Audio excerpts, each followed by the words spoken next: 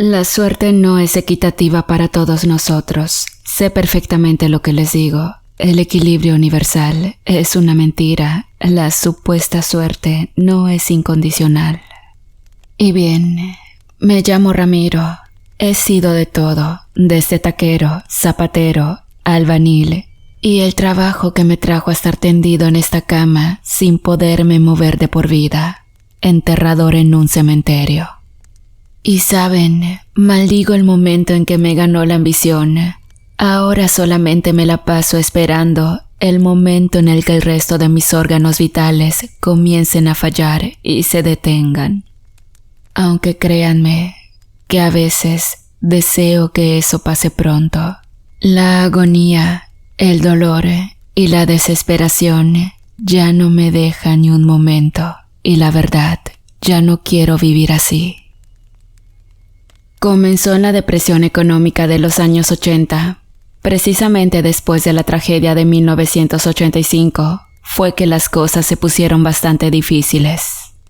Principalmente para las personas de recursos, pero déjenme decirles que no solamente ellos sufrieron en esa época tan oscura.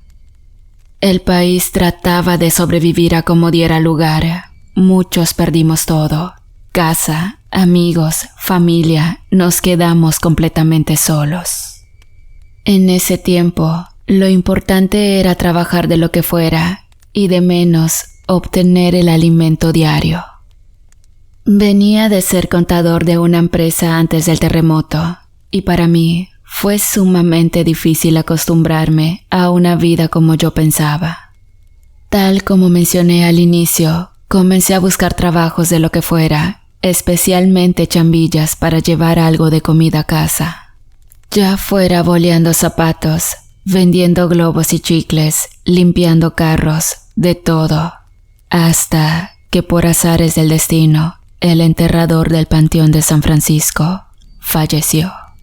Muchas personas pensaban que debido a su avanzada edad, aunque había rumores de que el señor simplemente sufrió de un infarto a causa de algo espantoso que vio y que no pudo soportar. Pero bueno, cualquiera que fuera el caso, el puesto estaba vacante y la verdad sí me daba bastante miedo y especialmente de pescar alguna enfermedad en ese lugar. Y bien, pensé que no tenía caso preocuparse, me había quedado completamente solo, no tenía quien me esperara y sobre todo, quien se preocupara por mí en esos días. Acepté. Y quizás por casualidad o destino, comencé a encontrar algunas cosas. El cementerio había sufrido desperfectos y averías después del temblor. Llegué a encontrar anillos, pulseras, cadenas, todo de oro macizo. Finalmente la suerte me sonreía, pero de alguna parte debían salir esas joyas. No creí que llegaran por casualidad a mis manos. Y efectivamente, mientras la entonces policía judicial seguía la pista de unos profanadores, llegaron hasta mi lugar de trabajo y me pidieron les mostrase el lugar. Después de que vieron el desastre, les expliqué que no solo debíamos reparar las tumbas, sino cuidar que nadie entrara a robar. Ambos se miraron nuevamente y me explicaron que precisamente esa era su labor esa noche en mi lugar de trabajo. Nunca había estado acompañado en mi rondín nocturno, pero tal como lo previeron los agentes, encontraron a unos tipos cometiendo actos de rapiña, robando cosas de los sepulcros abiertos. Cayeron fácilmente y me agradecieron el apoyo y el recorrido. Una vez que se fueron con los detenidos, mi recorrido se me hizo menos pesado. Pero algo cayendo pesadamente en el pasto me hizo voltear rápidamente la mirada hacia ese lugar. Se trataba de un elegante maletín de piel, demasiado pequeño para ser un portafolio, por lo que la tentación me hizo echar un vistazo. Maldita la hora en que recogí ese carajo libro. Pero bueno, vayamos por partes para no arruinar la sentencia. A la mañana siguiente, que era mi día libre, me fui al empeño y por la ley de lo caído, me dije a mí mismo: yo no robé esas joyas, simplemente aparecieron en mi camino, tal cual. El Monte de Piedad estaba atascado de gente, pero los coyotes me ofrecieron una oferta mucho mejor, así que rápidamente ya estaba de vuelta a casa. Coloqué el pequeño estuche de piel sobre una modesta mesita que me hice con unos guacales, y ahora mi atención se centraba en ese objeto. Dudaba mucho si sacar ese libro de su estuche, pero realmente me llamaba mucho la atención, y al ser académico en cierto punto, no estaba de más tener algo interesante que leer en mis largas jornadas de trabajo. Pasaron horas hasta que finalmente, después de comer como rey y tomar una larga siesta bien merecida, abrí una lata de refresco y me dispuse a hojear ese libro. Las pastas estaban de igual manera forradas de piel. Se veía que era un libro muy fino y algo viejo, pues nunca había tenido en mis manos un volumen con semejante lujo y elegancia. Olía nuevo, a cierto tipo de aceite. Supongo que se trataba de líquido para embalsamar. En cualquier caso, la lógica señalaba que el difunto ya no lo usaría. La transcripción de la primera página me sacó un poco de onda, y no los aburriré con el texto en latín, pero literalmente decía: en la ausencia de luz prevalecerán las tinieblas. El simple hecho de leer esas palabras despertó no solo mi miedo, sino mi curiosidad. ¿Qué clase de persona pide ser enterrada con un libro, y sobre todo con esa clase de epitafio? Me tomó 2 horas más el animarme a hojearlo siquiera. Nunca había visto algo semejante. Era un diario con cientos de apuntes con fechas, nombres que supongo eran rocas y hierbas. Y bueno, me dije a mí mismo que posiblemente era alguna clase de médico o farmacéutico que deseaba descansar con el manuscrito de sus estudios. Así que decidí llevarlo al día siguiente al trabajo. Nuevamente encontré un anillo, un centenario, y pensaba que mi suerte había mejorado finalmente. Esa tarde fue sumamente tranquila, y al caer las 7 de la noche, una sensación de desespero se apoderó de mí. Necesitaba urgentemente leer ese libro. Me encaminé a la caseta y me acomodé en compañía de la mortecina luz de las velas y una taza de café. Finalmente comenzó mi perdición. Diario de Santiago Amendola. Lo descrito en estas páginas contiene los secretos para alcanzar la riqueza, el suceso y la gloria. Pero dispuesto habréis de estar a pagar el lobo lo requerido. Nuevamente me estremecí. La escritura estaba llena de autoridad, pero a la vez sentía que el autor de esas notas estaba sumido en un miedo terrible.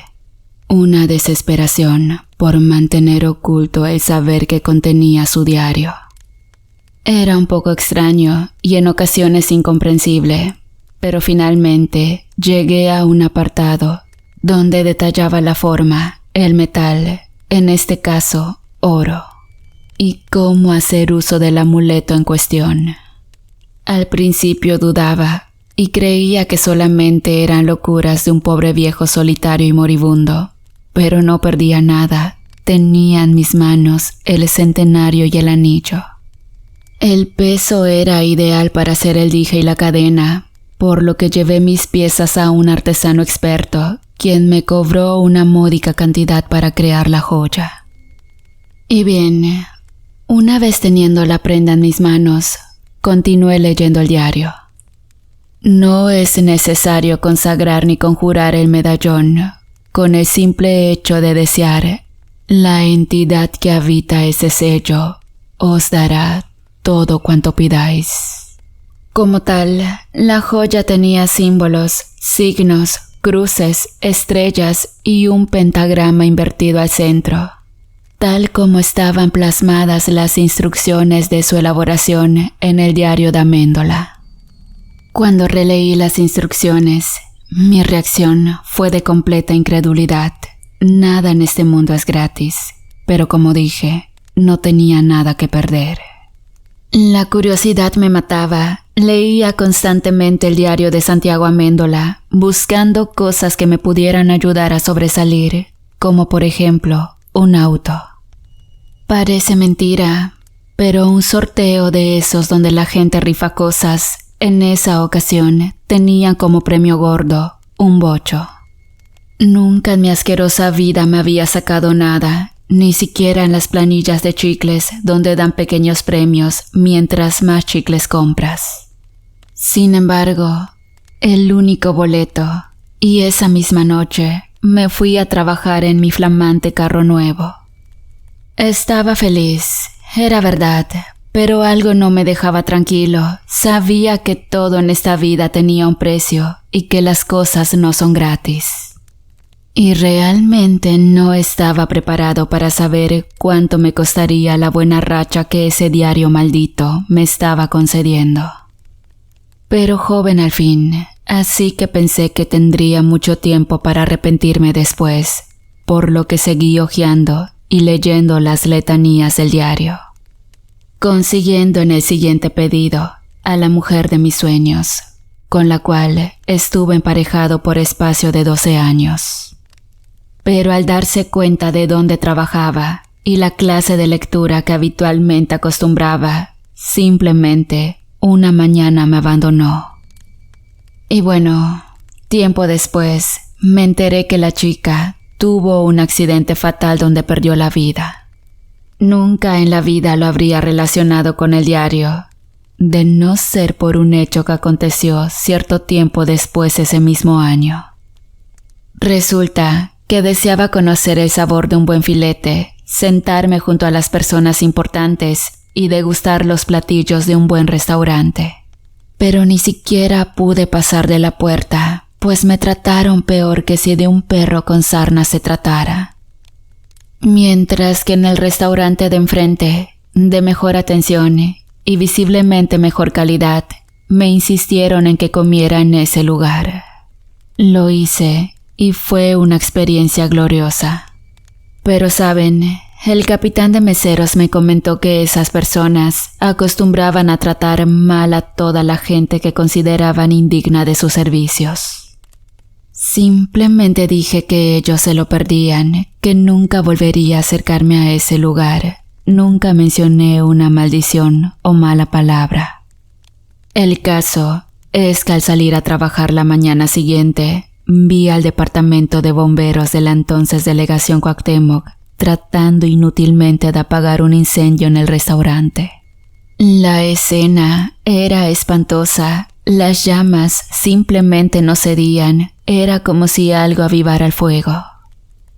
Yo nunca lo asocié con algo que me afectara personalmente. Sin embargo, no dejaba de pensar que era extraño. El diario era mi vida. No salía de la casa sin él. No dormía sin antes leerlo. Y si se preguntan qué contenía, hasta ese momento no lo sabía. Y como toda persona ambiciosa, me centré en las palabras fácil, dinero, rápido, mucho, error cada vez más común. Sin embargo, la ambición, la codicia hicieron que solamente me centrara en ser rico y poderoso. Nunca pensé en lo que pasaría después. Llegó el momento en que comencé a comportarme como un demente. Estaba totalmente obsesionado con el diario de Améndola. Es el libro infernal que me comenzó a convertir en un ser despreciable.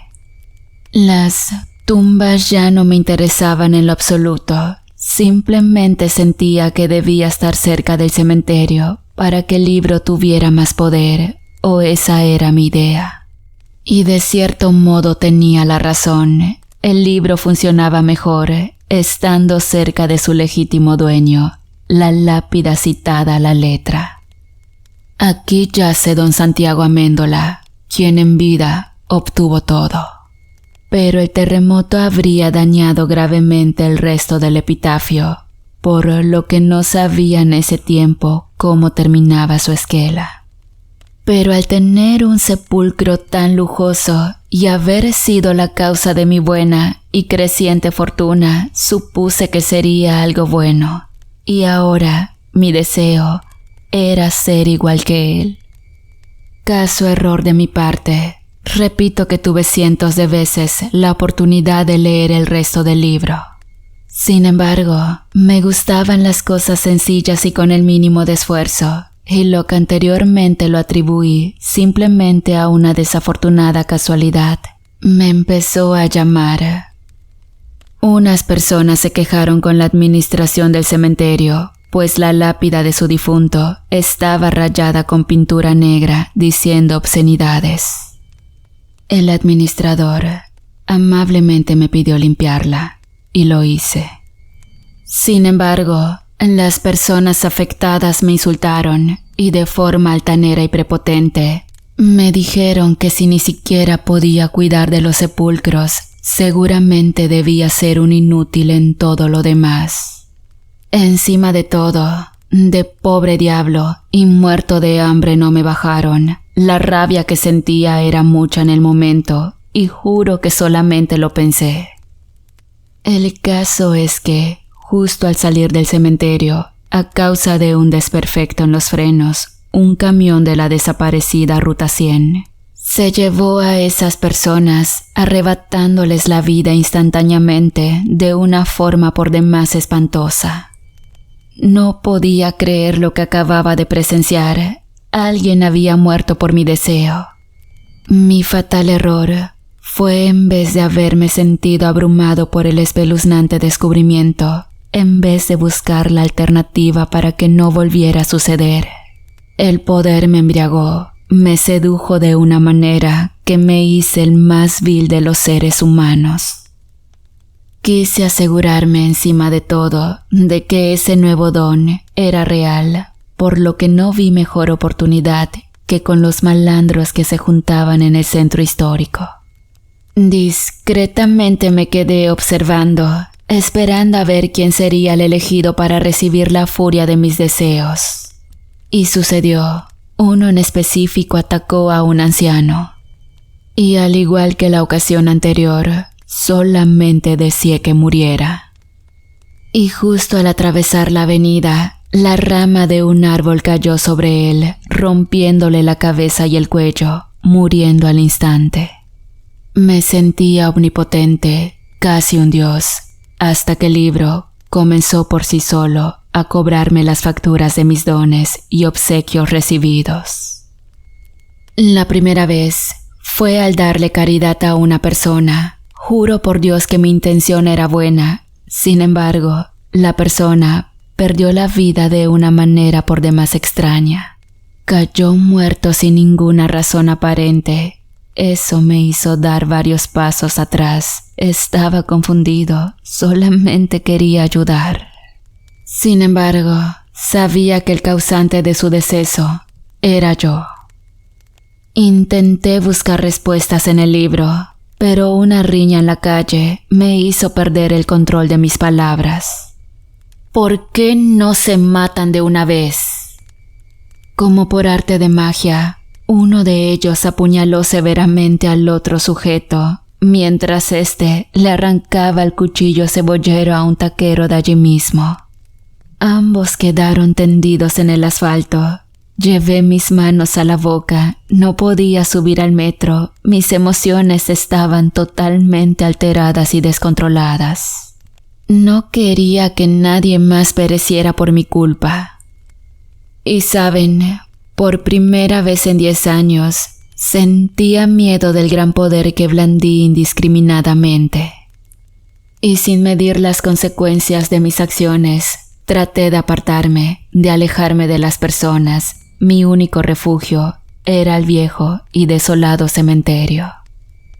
Me senté a llorar y me dispuse a trabajar, y uno de mis compañeros, que llevaría algo así como 20 o 25 años trabajando en ese lugar, me dijo que tuviera cuidado, pues estaba sentado sobre la tumba de alguien muy malo. Al darme cuenta, estaba en la lápida de Amendola, y al cuestionarle acerca de quién era ese tipo, él solo me dijo que su sepulcro era muy visitado el siglo pasado. Muchas personas venían a buscar algo en la tumba, pero nunca encontraron nada. Le cuestioné si tendrían una foto vieja de esa tumba, y él dijo que ellos no, pero en la hemeroteca sí tenían algunas. Entonces me dirigí a las oficinas del Universal, donde tienen la hemeroteca más detallada de los últimos 2 siglos, y busqué alguna noticia sobre esa tumba, y finalmente, después de algunas horas, allí estaba claramente el epitafio de la lápida, el cual tenía debajo un cráneo con alas de murciélago y cuernos. La esquela no elogiaba al difunto, sino que advertía quién había sido en vida, citando completa y textualmente: «Aquí yace don Santiago Amendola, quien en vida obtuvo todo gracias a su amplio conocimiento en la magia negra, su gran experiencia como brujo y al favor del gran príncipe Mammon, presidente de los infiernos y amo y señor de las riquezas». Esas líneas me llenaron de espanto, pues durante años estuve usando el poder de uno de los seres más viles y blasfemos de quien haya tenido memoria. Quise buscar un remedio, si el diario de Amendola tenía la forma de lograr los portentos. Estaba perfectamente seguro que contendría al igual la forma de deshacerse de ese poder, de revertirlo o de devolverlo a su lugar. Pero tal pareciera que el diario tenía sus propios planes, pues en cuanto me dispuse a buscar la manera de quitarme esa maldición, todo se puso en mi contra. Desde accidentes que fueron una advertencia, hasta señales de que no sería una tarea sencilla o fácil. Finalmente, más calmado, despejé mi mente y comencé a leer detenidamente el diario de Santiago Amendola. En él contaba historias de cómo fue un apostador, un villano, asesino y cruel. Le gustaba buscar peleas en las que siempre salía victorioso. Todo atribuido a un conocimiento que le había costado una verdadera fortuna adquirir. Este era un pergamino, el cual venía dentro de la funda de piel donde yacía el libro. Allí estaba, firmado de puño y letra con su propia sangre por el despiadado hombre, documento en el cual reconocía a Mammon como su señor y patrón, quien a su vez le dio el conocimiento y las instrucciones para crear el amuleto, diciendo además que dicho contrato no se podía romper, sino que era una especie de herencia, la cual se pasaba no solo a algún familiar, sino a alguien que tuviera una ambición similar, un hambre de poder y riquezas. Sinceramente, me sentí tan mal y tan atemorizado por las líneas que leía. El simple hecho de intentar romper el pacto pedía sacrificios que de ninguna manera yo deseaba ni quería llevar a cabo. Prefería morir antes que dañar a inocentes. Pero una luz de esperanza me iluminó el rostro, y eso era que al realizar un autosacrificio desinteresado, se consideraría una ofensa tan grave al contrato que lo invalidaría inmediatamente. El caso es que mi mente estaba tan nublada que no alcanzaba a comprender de qué manera sería eso posible. Al saber las condiciones, estaba dispuesto a hacerlo. Claro que deseaba hacerlo, y ese era precisamente el error. Ello conllevaba un interés, y era el de salvar mi pellejo. Esa noche no dormí, pensando de 1001 maneras cómo podría existir semejante acto de bondad. Por más que lo pensaba, y mientras más lo maquinaba en mi mente, más ilógico me parecía. Mientras que el mal que llevaba dentro se extendía cada vez más, y provocaba mayores daños con el simple hecho de tenerme cerca. Me di cuenta que sin importar qué hiciera, estaba embrujado, maldito, y no había gran cosa que pudiera hacer para remediarlo. Hasta que llegó el momento de resignarme a ser la causa de las desgracias, a traer conmigo la mala suerte, la muerte y la desolación a quienes tuvieran la mala fortuna de cruzarse por el camino. Lo único que siempre me mantenía cuerdo era arreglar las tumbas, ponerles flores. Mi trabajo en el cementerio era lo único que me mantenía con esperanzas. Cierta tarde, a inicios del presente año, comenzaron a remodelar el ala sur del camposanto. Trajeron maquinaria pesada para derribar bardas y colocar las nuevas. Y bien, fue precisamente esa tarde que las cosas cambiaron para siempre. Todo el tiempo traía conmigo el diario maldito, a modo que nadie pudiera tenerlo y desatar un daño mayor. El caso es que a pesar del riesgo implícito en las labores de los obreros, de ver las enormes maquinarias, las cintas amarillas de advertencias y cuantos avisos de peligro, una joven madre empujaba su carriola, hablando acaloradamente por teléfono con alguien, sin darse cuenta que iban directamente al peligro. Mi única reacción fue la de gritar que se fijara. Estaba a punto de caer en una zanja bastante profunda, pero la mujer estaba como ida, solo atendía a su interlocutor al otro lado de la línea. Hasta que sus manos notaron finalmente la diferencia de peso que sostenían, indicándole que algo terriblemente malo acababa de suceder. La mujer soltó el teléfono. Con un súbito grito de espanto, pronunció 2 frases que provocaron que instintivamente corriera hacia ellos. «Mi bebé». La carriola había caído dentro de la excavación, ni siquiera lo pensé, y cuando me di cuenta, estaba dentro del hoyo, sacando a la bebita de su cuna, revisando que estuviera bien y a salvo. Intentaba trepar por todos los medios para entregarla a brazos de su angustiada madre. Al momento que la chica tomó a su bebé en brazos y estaba a punto de agradecer, algo crujió violentamente. El gran peso de la retroexcavadora venció el débil empalmado de concreto, haciendo que la máquina de varios cientos de toneladas se precipitara dentro del agujero.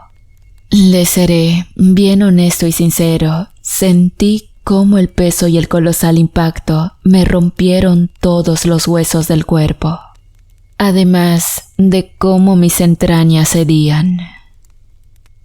Al despertar varios días después, me encontré con que estaba en un conocido hospital de la Ciudad de México.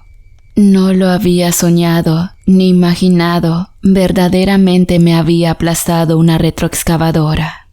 El dolor desde entonces me mantenía en un grito, muchas veces tenía que sedarme para soportarlo.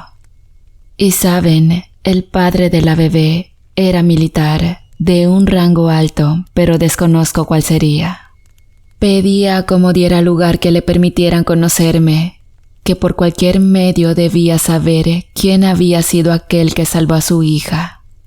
Tanta fue la insistencia que le concedieron el dirigirme unas palabras por algunos minutos. Él simplemente me miró, hizo el saludo militar ante mí y dijo algo que me sacudió hasta lo más profundo. Señor, en todos mis años de carrera militar, nunca vi un acto de heroísmo y de sacrificio tan desinteresado como el suyo. Agradecí al muchacho, pues había descubierto a qué se refería la cláusula del contrato del diario maldito de Santiago Amendola.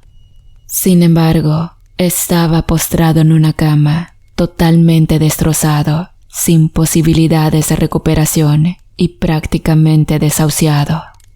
Luego, algo hizo que mi aún palpitante corazón diera un vuelco. Llamé desesperadamente con la ilusión de que alguno de ellos hubiera podido guardar el diario. Sin embargo, Fue un bombero de los que ayudaron a liberarme del aplastamiento, quien me dio la noticia que me mantiene maldiciendo la vida desde ese desafortunado día. Una persona se acercó y tomó el libro, además del dije que portaba. La suerte no existe, lo sé, pues yo pagué el precio más alto de todos por obtener un poder que no me correspondía. Ahora solo me la paso esperando el momento en el que el resto de mis órganos vitales comiencen a fallar, para finalmente cerrar los ojos y nunca más despertar. Y saben, en realidad siento una profunda tristeza y lástima por el pobre infeliz que haya robado el dije de Mammon y el diario maldito de don Santiago Amendola. Gracias. Hola una vez más, querida comunidad, espero que hayan disfrutado muchísimo de este relato y aprovechando este espacio quiero mandar saludos para algunos miembros de la comunidad. Un saludo muy especial para Sandra Félix 1147. Otro saludo muy especial para Eduardo Ambris 783. Y por último, un saludo muy especial para Raúl Gómez Gómez 6183. Les agradezco muchísimo todo su apoyo, espero que se encuentren bien, los quiero.